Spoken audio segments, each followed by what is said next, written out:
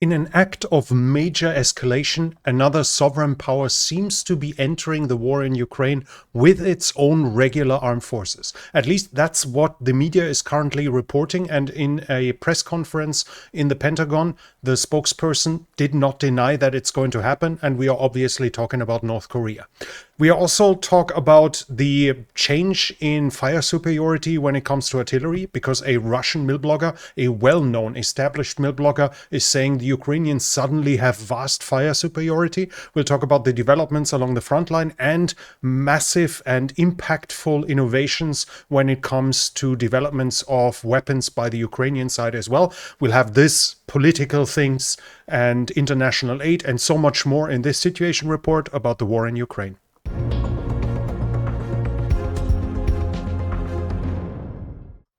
We'll start off with an overview over the aerial situation. Ukraine just said that in 2024, so far they managed to shoot down 86% of all Shahid drones. Russia has launched 2,277 until the 25th of June. Ukraine managed to down 1,953 of them. That obviously means a sizable portion, 14%, still got through. And as the price per item is fairly low, I guess that should still be considered a success from the Russian side. The Ukrainians strike back though with drones, and here in a fresh attack with several drones, they managed to hit an ammunition depot in the oblast of Voronezh. For hours, explosions were rocketing the site, and according to reports, 3,000 shells were stored there, even though 3,000 seems a little low for the size of the incident, but at least that's the number that is being reported. Let's switch to the front line, and here we have a Russian success in the area of Staritsia. Ukrainian success in Staritsia. The Ukrainians have reached this point here, which is, let me quickly check, which is roughly here. So I guess they managed to enter two more houses somewhere in that direction, so not a massive change in the control of the territory. More interesting is probably what is happening in Vovchansk, and here we have the Ukrainians reaching this area here, and this is especially impactful as it's right here. So they are in between the eastern part of the Russian forces and the western part. Now, does that mean they are now finally fully cut off? Does that mean they were never reconnected? To be honest, I can't really say. The fresh geolocation shows that the Ukrainians have reached that point. It might mean that they have been defeated at that point again, that they had to withdraw. It might be one of their attempts to cut the Russians off here. It's unclear, but it shows that Ukrainians, at least partially and temporarily, had a presence in this area, whereas at the same time the Russians are still considered to control the territory east of it, so they might have cut them off. I guess we'll have to wait for the next days and weeks to find out the truth. If we do find out, I'll obviously report it here. The Russians also managed to advance further on the eastern front. Here we have the Russians advancing somewhat in that tree line here, east of Sinkivka. This is up here, and now the Russians have roughly reached this point here in their advance. That's it. North of the Seversky Donetsk, in all this area, I do not have any confirmed change, but we do have some changes south of the Seversky Donetsk, and here we have a Russian attack advancing from this area up until here. And the geolocation that was found is of a destroyed vehicle on a video of a defeated attack. It sees it blowing up right here in front of the houses. This means the Russians advanced to that point, but according to the video, at least, it seems highly unlikely that they managed to gain a foothold in Spirne itself. So while we have some movement here, no proven change of the control of the territory in this region. Further south, I cannot confirm any significant change in Chasiv Yar. Now we have a video showing the Russians bombarding this area. That would mean that theoretically the Ukrainians managed to retake it here. I am not fully sure about the time when the video was taken, so at least it's possible that the Ukrainians retook this part of the canal micro district here in Chasiv Yar. But as said, as of now, I think it's not 100% sure. Further south of it, I cannot see any significant change in the area of the Avdiivka over the last 2 days. So at least nothing that I can prove that has changed here. While we have some small change in Krasnohorivka, here the Russians managed to cross the road here close to the roundabout and capture basically all of this area here in their last advances, in their last attacks. That's already it for the changes along the front line, because I cannot confirm any other change on the rest of the front line. We'll switch quickly to the Crimean Peninsula. There, in the last situation report, I talked about civilian casualties after an attack. And yesterday I made a video that shows you a surveillance camera showing that the initial Russian version saying that it was a ATACMS that they hit, and thus it got off course and then broke apart, and that caused the casualties, was very likely the true story. As said, if you missed that video, I'm gonna link it in the description and in the small eye on top of the screen here, in case you've missed it from yesterday, where I talk more about this video. Overall, the situation, we have Budanov, the GUR, the military intelligence head, saying that Western aid is arriving, but before the mid or the end of July, it's not going to play a decisive role yet. This means that even though the aid was decided months ago, the Ukrainians still believe that the situation is still in the process of improving. It has not reached the front lines to a necessary extent yet. And the ground station that was hit on the Crimean Peninsula by the Ukrainians, according to what I found now, it plays a role to control spy satellites in regards to photo reconnaissance, radar reconnaissance, and electronic intel reconnaissance, SIGINT basically. And it controls radar satellites for naval surveillance. And the interesting part is it's necessary for the control of GLONASS.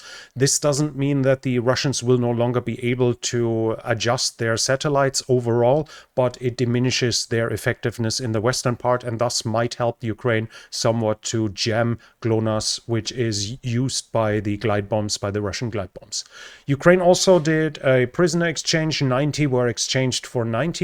And Zelensky, the Ukrainian president, has fired Lieutenant General Yuri Sodot after the head of staff of the Azov Brigade has publicly accused him to be responsible for more people who have died than any Russian general. He even accused him to possibly be secretly working with the Russians. He said this guy is starting investigations against commanders who advance and don't lose ground, but he doesn't do any investigations against himself, basically accusing him to treason, either through incompetence or through direct cooperation with the Russians.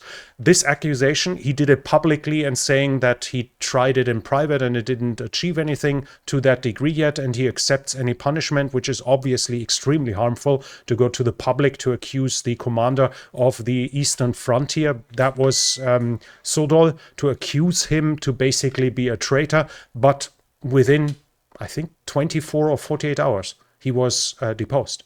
So interesting development here. There might have actually been some credence to the claims against him. If we find out more, we'll talk about this in the future. Then we have Sladkov here, and you see the screenshot with what he's saying. Our artilleryman discovered that for every 3 of our shots from cannon artillery, the enemy responds with 20 shots from their own. Now, in the context of what he's saying, I think he's focusing on counter-battery fire. This is the reduction of the importance of this. It would make no sense whatsoever that the Ukrainians suddenly have such a drastic artillery superiority within just a few days, and especially not along the whole front line. So it seems that the Ukrainians have received in certain areas fresh artillery. He's speaking about fresh tubes, fresh barrels. that they have received fresh artillery pieces that are highly accurate and are hunting down the Russian artillery in these areas. So at least locally, it seems like the Ukrainian artillery plays a significant role again. Then we have news about troop generation, and this is, I guess, the big news from today. Now we have the Kiev Post saying Pyongyang says it will send troops to Ukraine within a month. There are several reports about they would be used as cannon fodder. From what I see so far, it's being said about engineering troops. And we have here the US Department of Defense. Quick follow-up, a question from a journalist. North Korea Central Military Commission announced that North Korea would join forces with the Russian military. As a part of the North Korean and Russian military alliance, the North Korean Army Engineer Unit would be dispatched to Donetsk, Ukraine, which remains occupied by Russia. It will be dispatched as early as next month. How do you assess about the rapid situation in which North Korea and Russia are moving towards Ukraine? So just to clarify, you're asking what do I think about Russia assigning North Korean forces to the battlefield in Ukraine? North Korean army? Yes, sending north. I mean, that's certainly something to keep an eye on. I think that if I were North Korean military personnel management, I would be questioning my choices on sending my forces to be cannon fodder in an illegal war against Ukraine. And we've seen the kinds of casualties that the Russian forces, but again, something that we'll keep an eye on. What we see here is him not fully confirming it. He's not saying, yes, that's what we know, and they are going to do this, but he's not doing the opposite either. So it seems a high chance of the North Korean this time actually entering. I think it was 2 years ago when the rumors were first presented that the North Koreans might enter it. And just my 2 cents is, if there's any country that might get involved with its own military, it's probably North Korea, a completely authoritarian state where losses among the military, there is simply no opposition that will try to overthrow the government because of this. So Kim Jong-un can afford it if he offers the military leadership something in return that justifies the losses. He probably hasn't too much concern about military losses about losing his countrymen if it pays well enough, and Russia is able to pay for it with technology, with weaponry, with resources, be it oil, be it gas, be it food, everything of this, and medicine too, everything direly needed in North Korea. So it might actually be possible that North Korea basically sends mercenaries, whole units as mercenaries into Ukraine. Now, this could be one of the false stories that we've heard in the past about the Syrians that are going to come, about the Nepalese and the Afghan commandos. Supposedly 10,000 of them might arrive in Ukraine. All of this was partially true, but in negligible numbers. We'll have to watch if North Korea actually sends whole army units, but I guess it's probably a possibility now, and it's more likely than many of the other stories, as for instance Syria still needs its armed forces to hold the rebels in check, and the North Koreans on the other hand might be willing to trade lives for benefits from Russia. Well, we'll have to see about this. Let's talk about the troop generation for Ukraine, because that's not everything here. We now have the CNN reporting that the Biden administration moves towards allowing American military contractors to deploy to Ukraine. So far it was apparently forbidden, but this means that either private companies can now hire specialists to help Ukraine. That can be in air defense, that can be in intelligence, that will very likely be in maintenance for F-16s, and that could theoretically include pilots. We'll have to see about this. I guess the volunteers going to Ukraine so far wasn't forbidden from the Ukrainian side, from the US side, but PMCs so far have not been involved in this degree in the war in Ukraine. And obviously the next question would be the question of payment. A F-16 pilot that is going there not as a volunteer but as a mercenary will probably charge a high 5-digit number per month for his missions, and who is going to pay that if Ukraine is struggling to pay its own soldiers to a degree where it would actually need them on the front line? So again, we'll have to pay attention to that in the future, but as of now, at least it's said that US private military contractors will be allowed into Ukraine. Then the Ukrainians are saying they have developed naval mines that can be dropped with their naval drones. They said that 4 ships were hit already. We have Riba here, the big Russian military blogger, pro-Russian, obviously, and they are even saying that 5 of them were hit, at least if I'm not miscounting. TL278, Pavel Dershavin, SB742, Samun, and V. Korsitsky. So that's 5. So apparently the Russians are even admitting more damage than the Ukrainians were claiming, showing that naval drones are actually capable of dropping mines in front of harbors. The Black Sea is really getting uncomfortable for the Russians as of now. Then we have a video showing us a usage of a Ukrainian mother ship drone, maybe we want to call it. We talked about it in the past, that there are some drones that are being dropped off by other drones, basically to extend their range. And we see it here holding it. The bigger drone carrying the small one, and here it's now separated. And the 2 drones have separated, and this obviously would allow the Ukrainians to use FPV drones in a far further distance than initially, simply by carrying them in with bigger drones that would be too valuable to lose in a simple mission of suicide of a FPV suicide drone. But this would extend their range massively in this context. Then we have a very interesting picture, a prop plane showing aerial victories.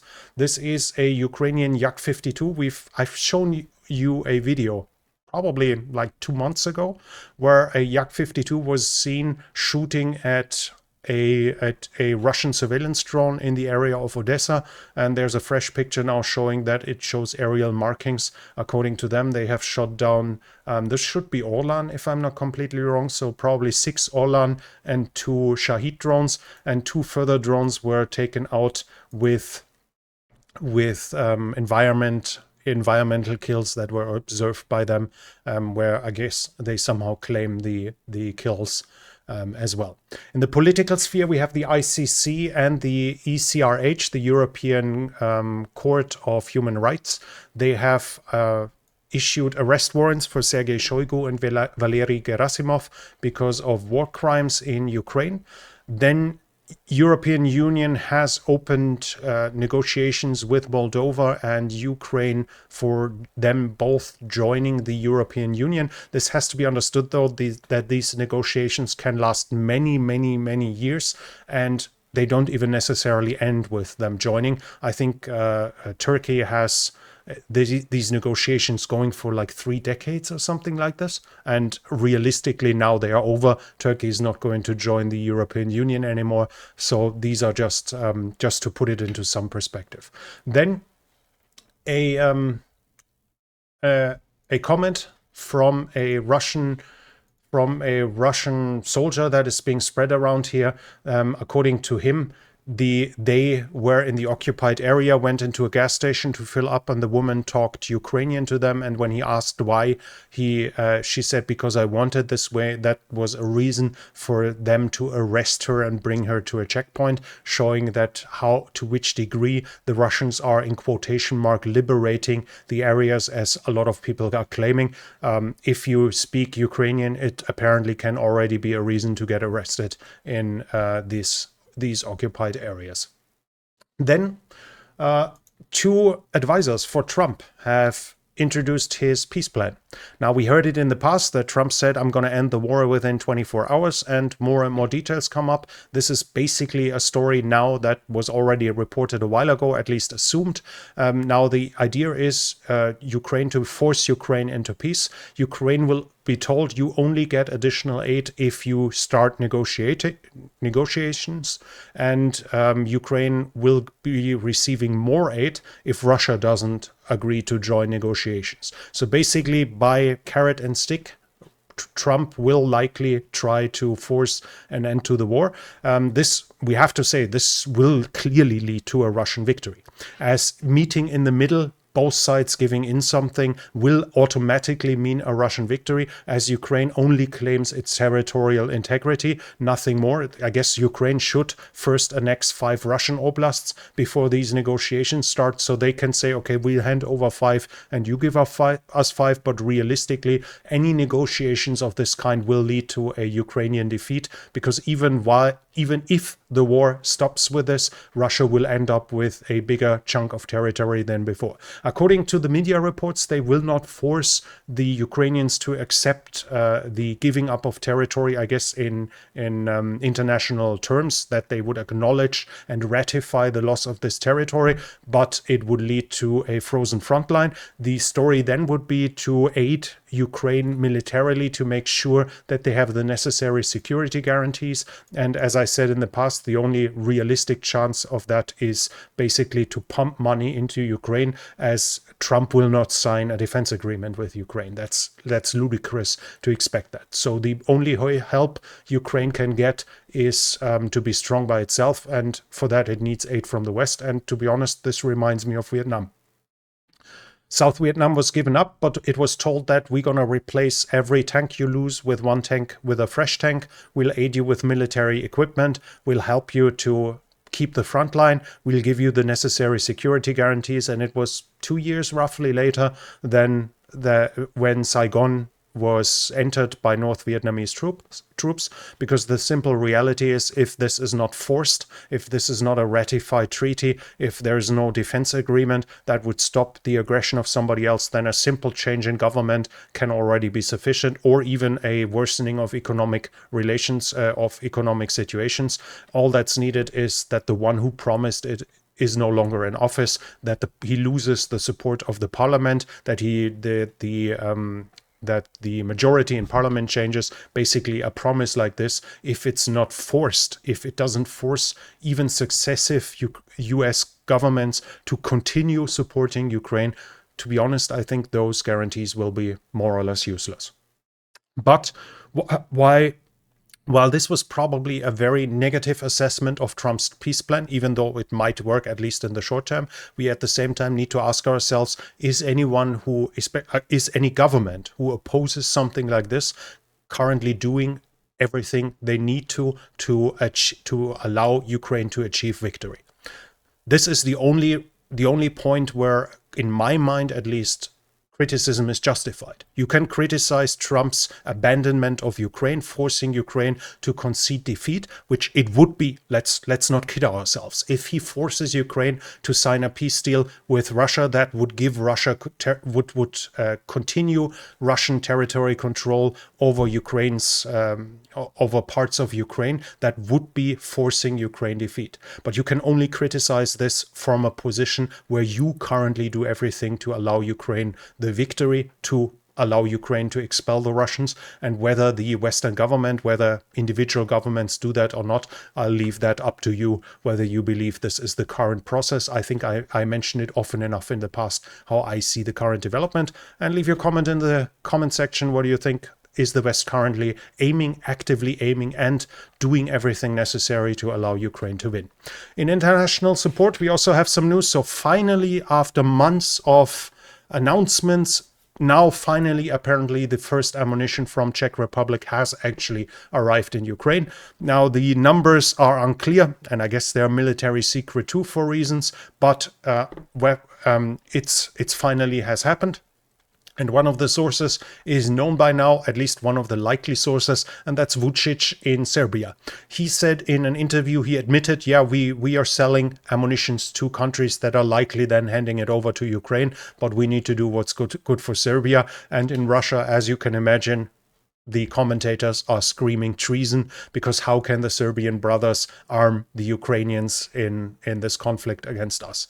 And the US is sending a fresh aid package with GMLRS, so that's the HIMARS ammunition. Obviously, HIMARS can shoot other missiles as well, but that's the one it came with initially.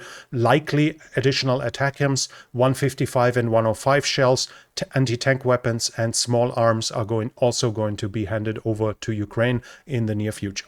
That was it from me for now for today's situation report. If you liked this report, then please give it a thumbs up, leave a comment. What do you think about what I said in this situation report? And if you're new here, I would like to invite you to subscribe to the channel and hit the bell icon so you don't miss future videos. This channel is only possible because of the support of viewers like you. If you like to support the channel, you can do so by the means in the description. Thank you very much to everyone already supporting this channel. But that's it from me for now. Thank you for watching, and I'll be back.